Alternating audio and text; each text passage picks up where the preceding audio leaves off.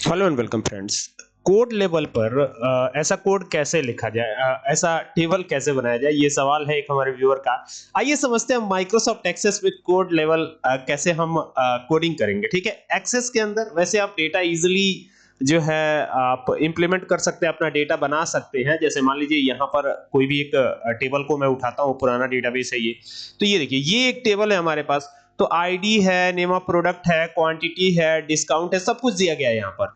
तो code level पर यह काम कैसे किया जाए? कोड लेवल पर काम करना बड़ा आसान है, मैंने कई बार बताया भी है। आइए देखते हैं कि इसको भी कैसे कर सकते हैं। ठीक है, सबसे पहले एक न्यू डेटाबेस लेंगे, और डेटाबेस तो लेना ही पड़ेगा। अब चूंकि ये माई एसक्यूएल या एसक्यूएल सर्वर तो है नहीं कि हम डेटाबेस कोडिंग से क्रिएट कराएं। ठीक है, तो यहां से आकर के क्रिएट पे क्लिक कर देंगे। अब यहां से आपका कोडिंग वाला काम शुरू हो जाएगा। ठीक है, बहुत आसान है। कई बार बच्चों का कंप्लेन ये भी रहता है कि सर आप कर रहे हैं हो जा रहा है, मेरे में नहीं हो रहा है। तो होगा, आपके में भी होगा। आप ध्यान से देखिए और तब करने की कोशिश कीजिए। ठीक है, तो ये इसको क्लोज कर दिया हमने। फिलहाल यहां से क्रिएट पे चलेंगे और यहां से क्वेरी डिजाइन पे जाएंगे। और जैसे ही क्वेरी डिजाइन पे जाते हैं ना आप, तो आप देखेंगे कि ये एक टेबल नजर आएगी। मैं फिर दिखाता हूं, देखिए ये क्लोज किया मैंने। आपको क्या करना है, सबसे पहले एक्सेस को ओपन कर लेना है। अब एक्सेस का कोई भी वर्जन आप इस्तेमाल कर रहे हो, चाहे 2007 यूज कर रहे हो, मैं 2007 ही लेता हूं क्योंकि सबसे लोवेस्ट वर्जन, कम से कम 2007 तो होता ही है सबके पास जो भी यूज करते हैं। तो यहां से 2007 ओपन करता हूं। देखिए ओपन हो गया। डेटाबेस आपको बनाना पड़ेगा। ये डेटाबेस, ब्लैंक डेटाबेस पे क्लिक किया और जैसे ही क्लिक करेंगे तो यहां पर डेटाबेस का नाम आएगा। आप चाहे तो नाम चेंज कर सकते हैं, फिलहाल मैं यही रखने वाला हूं। ये एक्सटेंशन है .accdb, किसका? माइक्रोसॉफ्ट एक्सेस के फाइल का एक्सटेंशन है। ठीक है, जो कि यूनिकली आइडेंटिफाई करता है माइक्रोसॉफ्ट एक्सेस के फाइल्स को। ठीक है, यहां से क्रिएट पे क्लिक कर दीजिएगा। जैसे क्लिक करेंगे ये इस तरीके का सिनेरियो आ जाएगा। अब आप सोचेंगे यहां पर क्या करें, तो आपको करना कुछ नहीं है, इस टेबल को क्लोज कर देना। राइट क्लिक कीजिएगा इस टेबल पे जाके, देखिए जहां पर मैं जा रहा हूं ये एरो देखिए, यहां पर जाकर के राइट क्लिक कीजिएगा, क्लोज पे क्लिक कर दीजिएगा। क्लोज पे क्लिक जैसे ही करते हैं आप, तो यहां पर आपको क्रिएट पे जाना है और देन डिजाइन व्यू पे चले जाना है। ठीक है, क्वेरी डिजाइन पर, डिजाइन व्यू नहीं बल्कि क्वेरी डिजाइन। तो ये क्वेरी डिजाइन पे जाते ही ये विंडो आएगी, शो टेबल्स लिखा हुआ आएगा, शो टेबल। और यहां से इसको क्लोज कर दीजिएगा। जब क्लोज करेंगे तो यहां पर आपको दिखाई पड़ना शुरू हो जाएगा एसक्यूएल। अगर ना दिख रहा हो तो यहां से ऐसे ये जो एरो बना हुआ है इस पे क्लिक कर लीजिएगा, वैसे एसक्यूएल दिखाई दे जाएगा। क्लिक करिएगा तो ये आ जाएगा। अब यहां पर कोड लेवल पे काम करना है। हमको एक टेबल बनानी है, प्रोडक्ट की एक टेबल बनानी है। कोई भी टेबल आप बना सकते हैं, बहुत आसान है। ठीक है, कैसे बनाएंगे टेबल? यहां पर एक कमांड होता है, क्रिएट कमांड। ठीक है, अलग अलग तरीके के एसक्यूएल कमांड्स होते हैं। डीडीएल होता है, डीएमएल होता है, टीसीएल होता है, डीक्यूएल होता है। तो डीडीएल जो कमांड्स हैं वो कौन कौन से होते हैं? हर एक कमांड में अलग अलग स्टेटमेंट होते हैं। तो डीडीएल के कौन कौन से स्टेटमेंट्स होते हैं? डीडीएल के अंदर आपको अल्टर मिलेगा, कमेंट मिलेगा, क्रिएट मिलेगा, डिस्क्राइब, ड्रॉप, ये सब चीजें जो है इस तरह के कमांड्स आपको देखने को मिल जाते हैं। ठीक है, अब जो डीडीएल मैं आपको बता रहा हूं उसमें कौन कौन सी चीजें आएंगी मैं फिर बता देता हूं। देखिए डीडीएल होता है डेटा डेफिनेशन लैंग्वेज, इसमें आएगा क्रिएट, ड्रॉप, अल्टर, ट्रंकेट। ठीक है, डीएमएल दूसरा होता है जिसे बोलते हैं डेटा मैनिपुलेशन लैंग्वेज, इसमें आएगा इंसर्ट, अपडेट, डिलीट, सेलेक्ट, ये सब स्टेटमेंट्स आएंगे। डीसीएल होता है अगला जिसमें ग्रांट आएगा, रिवोक आएगा। टीसीएल होता है अगला जिसे बोलते हैं ट्रांजैक्शन कंट्रोल लैंग्वेज, कमिट आएगा, रोल बैक आएगा और सेव पॉइंट आएगा। और लास्ट बचता है डीक्यूएल जिसे बोलते हैं डेटा क्वेरी लैंग्वेज। तो इसमें आएगा सेलेक्ट, एक ही आएगा बस। ठीक है, वैसे कभी कभी सेलेक्ट को हम जो है, जो हमारा सेलेक्ट स्टेटमेंट है उसको हम कभी कभी डीएमएल में भी देखते हैं इसको। ठीक है, तो डीक्यूएल अगर नहीं है तो आप डीएमएल में भी उसे रख सकते हैं। ठीक है, तो चलिए अब टेबल बनाने का काम स्टार्ट करते हैं। यहाँ पे सबसे पहले क्रिएट जो स्टेटमेंट है उसको लिखिएगा। और यहाँ पे टेबल चूंकि बना रहे हैं तो आपको टेबल तो लिखना ही पड़ेगा। फिर आपको टेबल का नाम देना होता है। जो भी टेबल आप बना रहे हो, किसी भी नाम से बना रहे हो, जिस नाम से बना रहे हो, वो टेबल का नाम आप यहाँ पे दीजिएगा। एक बात का ख्याल रखिएगा कि आपको गैप नहीं देना। जहां पर आप गैप देना चाहते हैं वहां पर आप अंडरस्कोर लिख सकते हैं। नाम के बीच में या टेबल वगैरह लिखते समय ऐसे गैप बीच में आपको अननेसेसरीली गैप नहीं देना। ठीक है, जैसे मान लीजिए मैं एक टेबल शॉप के नाम से बना रहा हूं, SHOP, शॉप हो गया ये। तो ये शॉप नाम से टेबल बनेगी। ठीक है, और इसमें कौन कौन से फील्ड्स आएंगे? फील्ड के नेम यहां पे देने हैं। जैसे मान लीजिए हमने दे दिया नेम ऑफ प्रोडक्ट, तो देखिए ये लिखा नेम, और फिर यहाँ पे आप गैप दे देते हैं ना, ये ऑफ और ये प्रोडक्ट, तो ये गैप एक्सेप्ट नहीं करेगा। तो आपको क्या करना है, ये जो गैप दे रहे हैं, गैप के बाद आपको यहाँ पर अंडरस्कोर लगा देना है। गैप की जगह आप अंडरस्कोर जरूर लगाइएगा, ठीक है ना। ये लगा दिया अंडरस्कोर, ठीक है, नेम ऑफ और फिर यहाँ पे अंडरस्कोर प्रोडक्ट, ठीक है। तो ये हो गया नेम ऑफ प्रोडक्ट, PRODUCT। तो यहाँ पे प्रोडक्ट के नेम आएंगे। अब इसका डेटा टाइप आपको मेंशन करना पड़ेगा। आप सोचेंगे अब ये डेटा टाइप क्या होता है, तो देखिए जब आप किसी भी चीज को लिखते हैं, जैसे मान लीजिए ये लिखा है मैंने नेम ऑफ प्रोडक्ट, तो इसमें सेट ऑफ कैरेक्टर्स आपको दिख रहे हैं कि नहीं दिख रहे हैं? अरे ऐसा थोड़ी ना है कि इसमें एक ही कैरेक्टर है। नेम में कितना कैरेक्टर है? नेम में 4 कैरेक्टर है, ठीक है। तो ये name of product set of character है और इसको स्पेसिफिक डेटा टाइप बोला जाता है, ठीक है। अलग अलग डेटा टाइप्स बनाए गए हैं प्रोग्रामिंग लैंग्वेज में, फिलहाल तो ये डेटाबेस है। तो यहां पर जो है इसको हम एक नेम देंगे, यानी क्या नेम देंगे? कोई भी नेम दे सकते हैं क्या? अगर हमको मन करे तो कैरेक्टर लिख सकते हैं, ऐसा नहीं है। इसके लिए एक स्पेसिफिक डेटा टाइप ही आपको देना है। जैसे मान लीजिए हम यहां पे दे सकते हैं कैर या वैर दे सकते हैं। कैर क्या होता है? कैर जैसे लिखेंगे ना, कैर, ये लिख दिया कैर, तो ये कैरेक्टर्स को डिनोट करता है। कितने कैरेक्टर्स आएंगे वो चीज आपको यहां पर बतानी है। मैक्सिमम कितने कैरेक्टर आ सकते हैं? तो मान लीजिए मैंने कर दिया 30, हालांकि 30 कैरेक्टर्स का कोई प्रोडक्ट का नेम शायद नहीं होगा, लेकिन फिर भी मैंने 30 लिख दिया है, ठीक है। आप और कम भी लिख सकते हैं या ज्यादा भी कर सकते हैं। कैर एक प्रकार का डेटा टाइप है। इसी तरह का एक और डेटा टाइप है वैर कैर, आप उसका भी इस्तेमाल कर सकते हैं। कैर और वैर कैर में मेन डिफरेंस, ये पूछा जाता है, ठीक है। इस साल शायद ये क्वेश्चन आ जाए, याद रखिएगा क्लास 12th में शायद ये क्वेश्चन आ जाए। इस बार क्या क्वेश्चन आएगा? क्वेश्चन पूछेगा what is the difference between char and varchar data type. तो एक तो कैर हो गया, दूसरा वैर कैर ऐसे लिखा जाता है, ठीक है। मैं लिख के दिखा देता हूं आपको, देखिए 30, दोनों एक ही काम करेगा, लेकिन दोनों में फिर डिफरेंस क्या है? तो फिर डिफरेंस आखिरकार पूछा क्यों जाता है जब दोनों एक ही काम करेगा? तो क्योंकि डिफरेंस है इसमें। क्या डिफरेंस है? जैसे मान लीजिए ये 30 स्पेस है ना, 30 कैरेक्टर्स के बराबर स्पेस ले रहा है ये। तो देखिए जरा नेम ऑफ प्रोडक्ट में कितना कैरेक्टर आ रहा है, 1 2 3 4 और ये अंडरस्कोर 5, ये 6, ये 7, फिर ये अंडरस्कोर 8 9 10 11 12 13 14 15, कुल मिला के 15 कैरेक्टर्स हो रहे हैं इसमें। और 15 कैरेक्टर्स में ध्यान दीजिएगा जरा, ये जो 15 कैरेक्टर्स हैं, यहाँ पे साइज तो 30 दिया गया है, तो बाकी का जो स्पेस होगा ना, आप जब डेटाबेस क्रिएट करेंगे तो बाकी का स्पेस ये कंटेन करेगा, मतलब अपने पास रखेगा। भाई 30 कुर्सियां लगी हुई हैं बैठने के लिए, और मान लीजिए कि 10 ही लोग बैठे, तो आप बाकी की कुर्सियों को हटा दीजिए ताकि वो स्पेस फ्री हो जाए। समझ रहे बात को? लेकिन यहां पर कैर यूज करेंगे तो वो कुर्सियां वो पड़ी ही रह जाएंगी, समझिए ऐसा, ठीक है। अगर मान लीजिए 30 कुर्सियां किसी के बैठने के लिए रखी हुई हैं, बिल्कुल ठीक इसी प्रकार से जैसे यहाँ पे कैर का साइज हमने रखा है 30, तो 30 कुर्सियां मान लीजिए बैठने के लिए रखी हैं, और मान लीजिए 10 ही लोग आए, उसके बाद कोई और नहीं आना है, किसी और को नहीं आना है, केवल 10 ही लोग आएंगे, तो क्यों ना हम 10 ही कुर्सियां रखें। लेकिन कैर डेटा टाइप में एक बार आप 30 आपने असाइन कर दिया तो वो 30 स्पेस को जो है ऑक्यूपाई कर देगा, व्हाइट स्पेस से भर देगा। लेकिन वैरकेर में ऐसा नहीं है। वैरकेर में ऐसा है कि आप मान लीजिए आपने लिखा वैरकेर 30 दे दिया साइज, तो 30 आपने दे जरूर दिया है, लेकिन अगर मान लीजिए प्रोडक्ट का नेम 4 ही कैरेक्टर का हुआ, तो 4 कैरेक्टर को यूज करने के बाद ये बाकी सारे स्पेसेस को फ्री कर देता है वैरकेर, जबकि कैर फ्री नहीं करता है। दोनों में यही डिफरेंस है। 2 नंबर में पूछा जाएगा, इस साल आने वाला है क्वेश्चन, ठीक है। क्लास 12th में मुझे लगता है कि जरूर ये क्वेश्चन पूछा जाएगा। इसके बाद इसकी प्राइस आएगी, तो यहाँ पे प्राइस कर देते हैं। और प्राइस कौन सा डेटा टाइप हो सकता है? इंटीजर हो सकता है, फ्लोट हो सकता है। तो यहाँ इंटीजर के लिए हम सिर्फ इंट लिख देते हैं, इंट ही लिखा जाता है, ठीक है।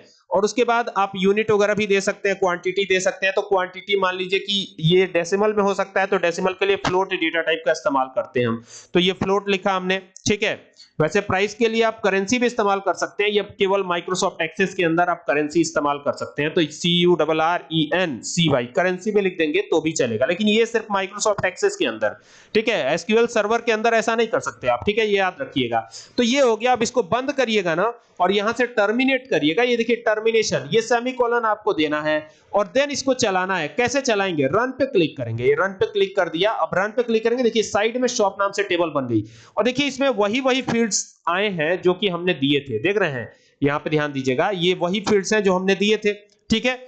और इसमें एक काम और कर सकते हैं आप चाहे तो डायरेक्टली यहां से एंट्री कर सकते हैं, नेम ऑफ प्रोडक्ट आप लिख सकते हैं। लेकिन अगर आप ये नहीं करना चाहते, कोडिंग के ही माध्यम से आगे भी कार्य करना चाहते हैं, तो इस क्वेरी को सेव कर लीजिए। ये सेव कर देते हैं, क्वेरी 1 के ही नाम से सेव कर देते हैं, कोई दिक्कत नहीं है। और ये टेबल को क्लोज कर देते हैं, ये देखिए ये टेबल को क्लोज कर दिया, और टेबल को क्लोज करने के बाद अब हम एक दूसरी क्वेरी लिखेंगे। तो यहां से क्रिएट पे जाएंगे, क्वेरी डिजाइन पे जाएंगे, और क्वेरी डिजाइन पे जाकर के इसको यहां से क्लोज करिएगा। क्लोज करके एसक्यूएल पर फिर वापस चलना है। इस बार हम इंसर्ट करवाएंगे इसमें रिकॉर्ड्स। देखिए जरा ये जो टेबल बनी हुई है इसमें कोई रिकॉर्ड इंसर्टेड है क्या? कुछ भी नहीं लिखा हुआ है। प्रोडक्ट के नेम में प्रोडक्ट का नेम नहीं है, प्राइस में प्राइस नहीं है, क्वांटिटी में क्वांटिटी नहीं है। तो अभी लेके आना पड़ेगा। तो कैसे लेके आएंगे? देखिए यहाँ पे इंसर्ट करवाएंगे, तो इसको हटा देंगे, ये जो सेलेक्ट लिखा हुआ आ रहा है, तो यहाँ लिखेंगे इंसर्ट कमांड। ठीक है, ये हो गया इंसर्ट, और यहाँ लिखेंगे इनटू। कहाँ इंसर्ट करना है? टेबल का नाम क्या है? शॉप है, तो यहाँ पे लिखिएगा SHOP। ठीक है, ये शॉप हो गया, और अब ब्रैकेट को ओपन कर लीजिएगा, और ओपन करने के बाद यहां पर देखिए ये आ रहा है नेम ऑफ प्रोडक्ट, प्राइस और क्वांटिटी। तो यहां पे पहले लिख दीजिएगा name of product, NAME, name underscore of underscore product, PRODUCT। ठीक है, ये हो गया नेम ऑफ प्रोडक्ट, कॉमा दे दीजिएगा। इसके बाद जो है प्राइस लिखिएगा, PRICE, प्राइस हो गया, फिर कॉमा दीजिएगा, और अब क्वांटिटी लिख दीजिएगा। तो क्वांटिटी ये ध्यान देना है आपको ना कि स्पेलिंग आपने कैसे लिखा है, तो स्पेलिंग में मिस्टेक नहीं होनी चाहिए। तो Q कैपिटल है, TY स्मॉल है, तो जैसे लिखा है बिल्कुल वैसे ही आपको यहां पर भी दे देना है। तो ये क्वांटिटी हो गया, लेकिन अभी आपको सेमीकोलन नहीं देना है, क्योंकि हम अभी यहां पर नीचे इंसर्ट करवाएंगे उन चीजों को, तो यहां पे वैल्यूज भी देनी है आपको।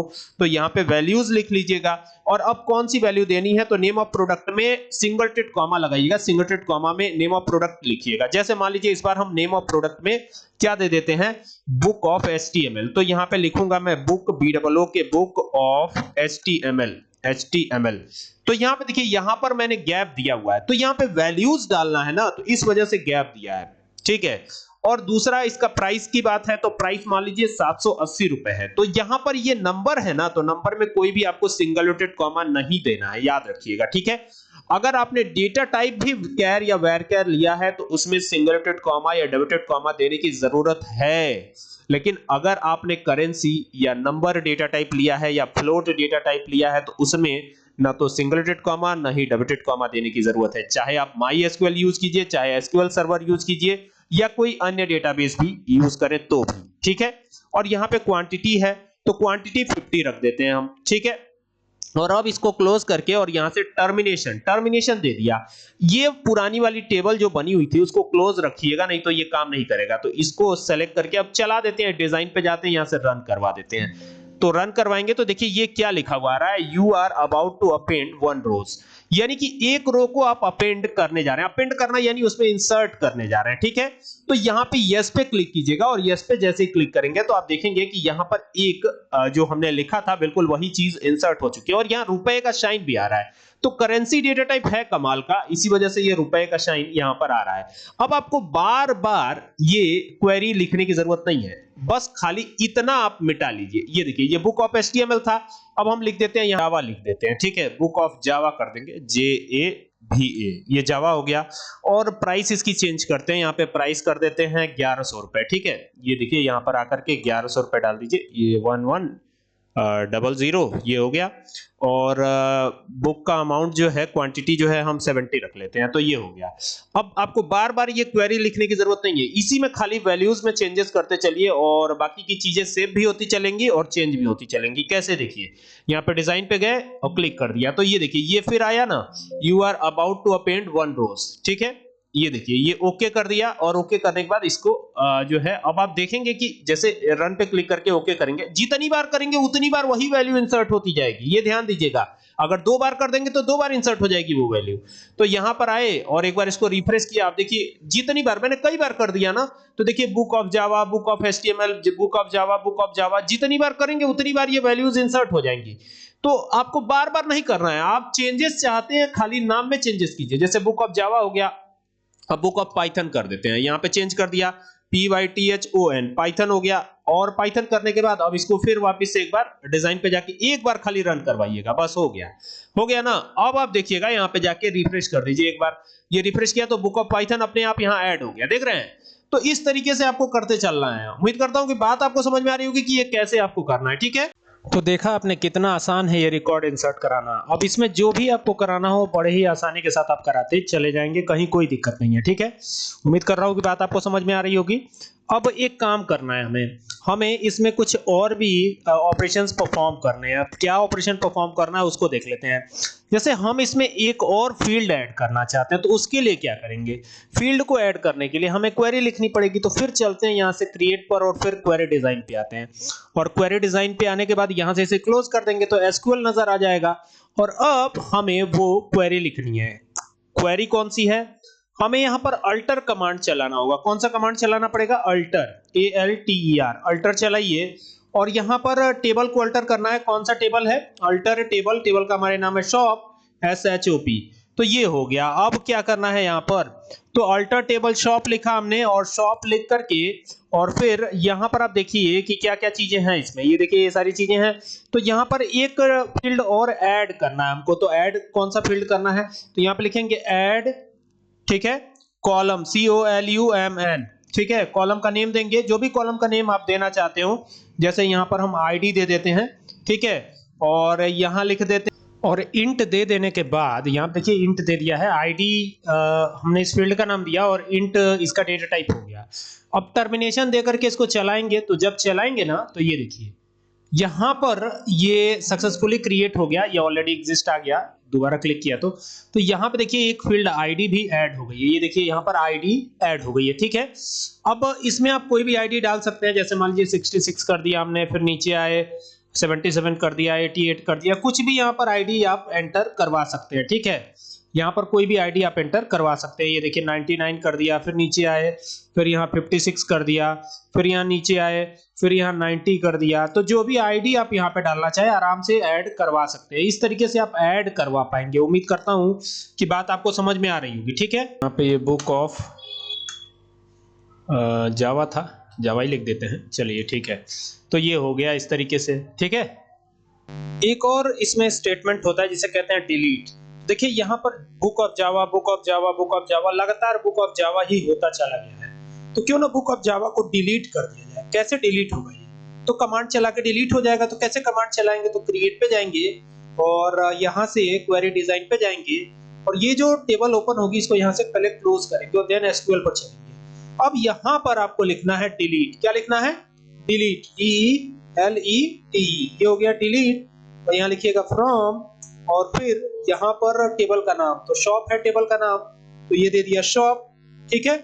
और यहाँ पे कंडीशन वेयर क्या देंगे, देखिए यहाँ पर ये नेम ऑफ प्रोडक्ट है, तो नेम ऑफ प्रोडक्ट के बेस पे ही हम इसको डिलीट भी करेंगे। तो यहाँ लिखेंगे name underscore of underscore product, ठीक है, PRODUCT, ये हो गया, इज इक्वल टू, और डबल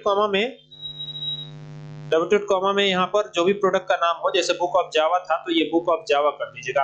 अब चूंकि हमने इसमें कुछ ये तो दिया नहीं है, तो अब फिलहाल यहाँ पर जो बुक ऑफ जावा है वही हमको लिखना पड़ेगा। ये देखिए ये बुक ऑफ जावा, ये देखिए अंडरस्कोर तो दिया नहीं है इसमें। तो एक बार चेक करते हैं क्या ये क्वेरी चल जानी चाहिए वैसे। तो ये लिख दिया हमने बुक ऑफ जावा, JAVA, जैसे लिखा है वैसे ही लिखना होगा। ये भी ध्यान दीजिएगा, ये देखिए ये स्मॉल में है तो हमें भी स्मॉल में ही लिखना होगा, कैपिटल नहीं चलेगा, ठीक है। तो जहां जहां भी बुक ऑफ जावा लिखा होगा वो डिलीट हो जाएगा, ठीक है। और ये हो गया। और यहाँ पे टर्मिनेशन देकर के अब इसको चलाने की बारी है। तो सबसे पहले तो टेबल क्लोज होना चाहिए चलाने के लिए। तो ये टेबल क्लोज हो गया, और यहाँ से डिजाइन पे जाके और यहाँ से रन पे क्लिक करेंगे तो 4 रिकॉर्ड जो है डिलीट हो रहे हैं। देखिए यहाँ पर लिखा हुआ है you are about to delete 4 rows from the specified table, और यहाँ से जैसे ही यस करेंगे ना तो ये चारों डिलीट हो जाएंगे। और कह रहा है अंडू कमांड है ही नहीं इसमें, 1 स्टेप अप बैक नहीं जा सकते, ये डिलीट ही हो जाएगा आपका। तो यहाँ से जैसे ही क्लिक किया तो अब इसकी स्थिति देखते हैं टेबल की। तो टेबल में देखिए बाकी सारे रिकॉर्ड आपके गायब हो जाएंगे, ठीक है। इस तरीके से आपको यूजेस करने हैं। उम्मीद करता हूं कि बात आपके समझ में आई होगी, ठीक है।